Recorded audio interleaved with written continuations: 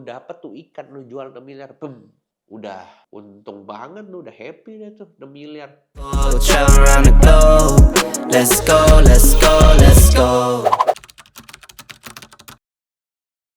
Di video kali ini gue pengen ngebahas satu produk ekspor yang kalian nggak akan pernah nyangka-nyangka bahwa ini beneran loh, laku di luar negeri dan pasarnya tuh ternyata banyak.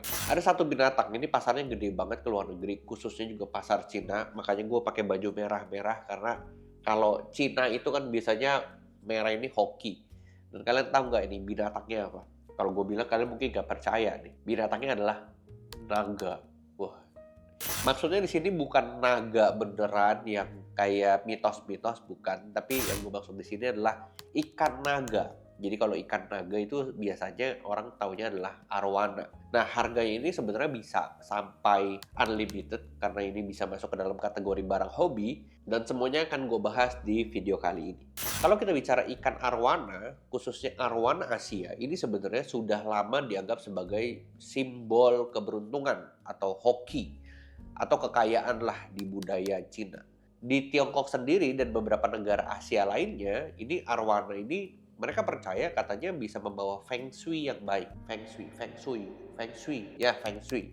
Bahkan mereka nyebutnya ini sebagai dragon fish atau ikan naga. Nah, ini kenapa bisa disebut seperti itu? Karena bentuk tubuh si arwana yang panjang, terus sisiknya tuh mengkilap, dan gerakannya juga yang anggun mirip naga. Khususnya di Indonesia, ini arwana super red dari Kalimantan itu banyak di Sarawak, Kapuas, atau Sentarum. Itu telah menjadi primadona kolektor. Jadi kalian tahu kalau barang-barang atau komoditas atau produk apapun yang ada kolektornya, itu kalau kalian bisa main di industri itu dan kalian ngerti cara berbisnisnya, kalian cukup jualan satu arwana saja itu bikin kalian tuh kayaknya bisa 5 tahun gak usah kerja, beneran. Makanya di video kali ini gue akan ngebahas itu semua. Karena ikan ini juga masuk ke dalam kategori hobi, gue mau bilang kepada kalian bahwa ini sebenarnya pasarnya tuh udah internasional. Karena yang hobi ikan ini kan gak Indonesia doang. Dan juga pastinya kalau hobi itu nilainya bisa tinggi sekali. Para kolektor di Tiongkok, di Cina, di Jepang, bahkan mungkin sekarang di Eropa, Amerika, mereka ini rela ngeluarin uang besar demi dapetin arwana asal Indonesia.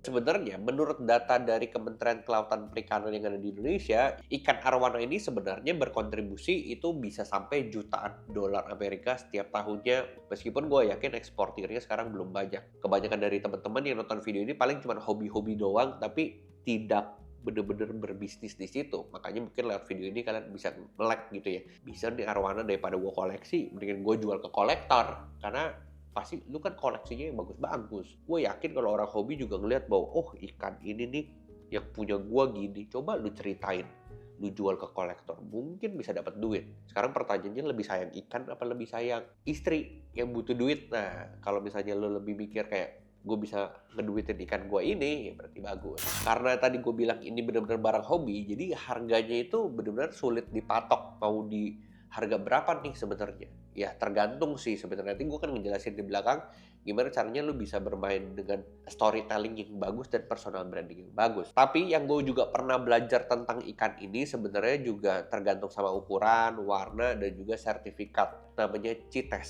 Jadi kalau kalian nggak tahu CITES itu apa, sebenarnya CITES itu adalah sebuah singkatan dari Convention on International Trade in Endangered Species of Wild Fauna and Flora.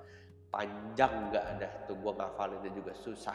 Dan untuk pasar terbesar ikan arwana Indonesia ini jelas mereka ada di negara-negara Asia Timur kayak yang tadi gue bilang, China, Hong Kong, Taiwan, Jepang, Malaysia juga ada, Singapura juga ada karena banyak orang Cina-nya di sana. Dan juga sekarang nggak cuma dari sana, beberapa kolektor di Eropa kayak Jerman, Prancis, Belanda, Amerika, mereka juga udah mulai melirik dan udah mulai mengkoleksi ikan arwana. Karena arwana ini dianggap eksotis menurut mereka, unik, dan juga nilai prestisiusnya tuh tinggi, kayak ada rasa egonya gitu loh. Juga nggak cuma sekedar kayak prestisiusnya, tapi yang tadi gue bilang, karena ada tradisi turun-menurun, mereka ngerasa bahwa punya ikan ini, yang ikannya bagus ya, itu punya feng shui yang bagus. Jadi mereka bisa lebih kaya ketika punya ikan itu dan lain sebagainya. Dan juga selain itu adalah keindahan fisik. Ya tadi gue bilang, sisiknya berkilau, warnanya juga bagus gitu ya, ada yang merah, ada yang emas, ada yang putih. Ini yang bisa jadi incaran mereka. Dan juga arwana super red dari Kalimantan, ini adalah salah satu yang paling dicari di dunia. Dan kalau di Indonesia sendiri arwana sebenarnya nggak cuma super red doang, ada beberapa macam. Kalau yang super red arwana ini kan dari Kalimantan, dan juga sisiknya itu lebih ke merah, menyala gitu ya, merah banget gitu loh. Tapi ada juga yang namanya golden arwana. Biasanya ditemuin di perbatasan Malaysia dan juga Indonesia. Ini sisiknya berwarna keemasan. Ada juga nggak merah, golden, dan juga yang green arwana. Sebenarnya ini lebih ke hijau, warnanya lebih ke hijau-hijau perak. Dan ini tuh lebih biasa aja, tapi ya masih adalah pasar. For your information, biar kalian juga makin pintar, kalau kalian pengen main di komoditas arwana ini, sebenarnya kalian harus tahu bahwa ikan arwana itu adalah ikan yang masuk ke dalam daftar spesies yang dilindungi di bawah Appendix 1 CITES. Artinya perdagangan internasional ini sangat-sangat mengatur ketat terhadap produk ini. Dan setiap ikan arwana yang nanti bakalan kalian kirim itu harus benar-benar dilengkapi sama sertifikat CITES. Itu kalau misalnya harganya mau mahal, dan juga pastinya dokumen karantina itu pasti dari Kementerian Kelautan dan Perikanan, dan juga microchip. Jadi sekarang juga udah mulai canggih-canggih. Biasanya ditanam di tubuh ikan agar identitas asal muasalnya si ikan itu gampang ditelusuri. Kalau gua kan juga pecinta anjing ya. Jadi anjing juga ada nenek moyangnya.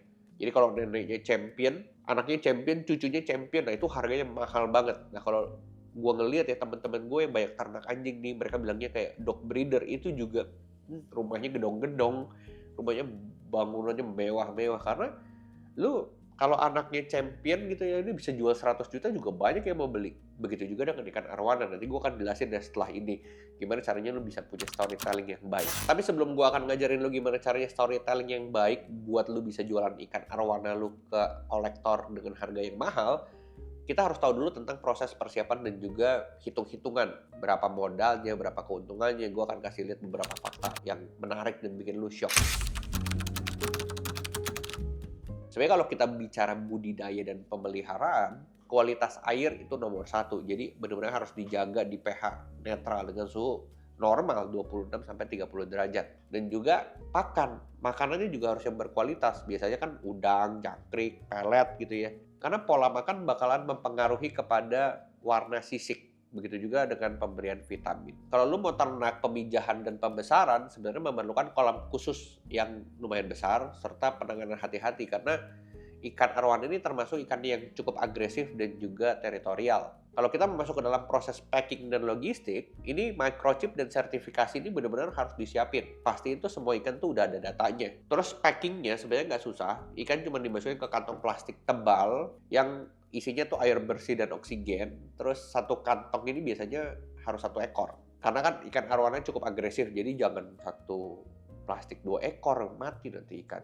Dan juga harus mesti kudu wajib yang diingat adalah pengiriman udara. Karena waktu tempuh ikannya jadi pendek pengirimannya, supaya ikannya nggak stres. Setelah ikannya dimasukin ke plastik, ikannya harus ditaruh di styrofoam box supaya suhunya tuh stabil. Kalau gua riset, ikan arwana yang super red itu dengan ukuran 15-20 cm di Indonesia itu harganya 2-5 juta. Tapi di pasar internasional, lu bisa jual 500-1.000 dolar. Jadi kurang lebih 7,5-15 juta tergantung grade dan kualitas. Kalau arwana dewasa dengan grade super red atau full bar gitu ya, mereka sebutnya, itu bisa dibanderol sampai puluhan juta di luar negeri. Meskipun pasti banyak yang komen nih kayak, lah kok Julio, microchip mahal, sertifikat CITES mahal, ongkos kirim mahal. Iya memang lumayan mahal, tapi kalau marginnya besar, ya why not? Selama lu tahu dengan modal yang gede lu bisa jual lebih mahal lagi, ya nggak masalah. Justru menurut gua mainnya adalah di quality-nya, di storytelling-nya, di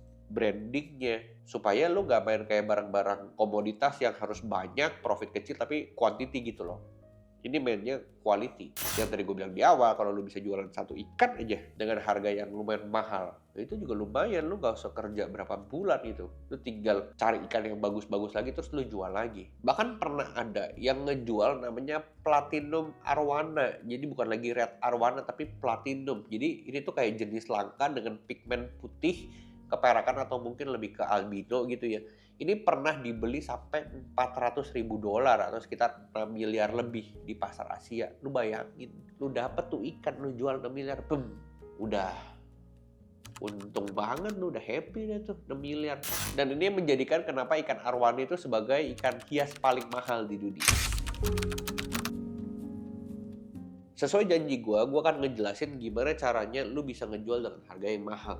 Pertama itu udah pasti personal branding. Loh, kok bukan ikannya nih branding? Kenapa harus orangnya, si ownernya? Ya penting, kenapa personal branding si ownernya juga harus diketahui sama si pembeli luar negeri supaya trusted. Misalnya lu ternak arwana, lu suka banget lah sama arwana. Gue ada tuh di Gading Serpong, dia suka banget sama arwana, tapi dia nggak ngonten. Jadi ya meskipun arwananya bagus juga jadi nggak mahal-mahal banget, jadi murah gitu loh.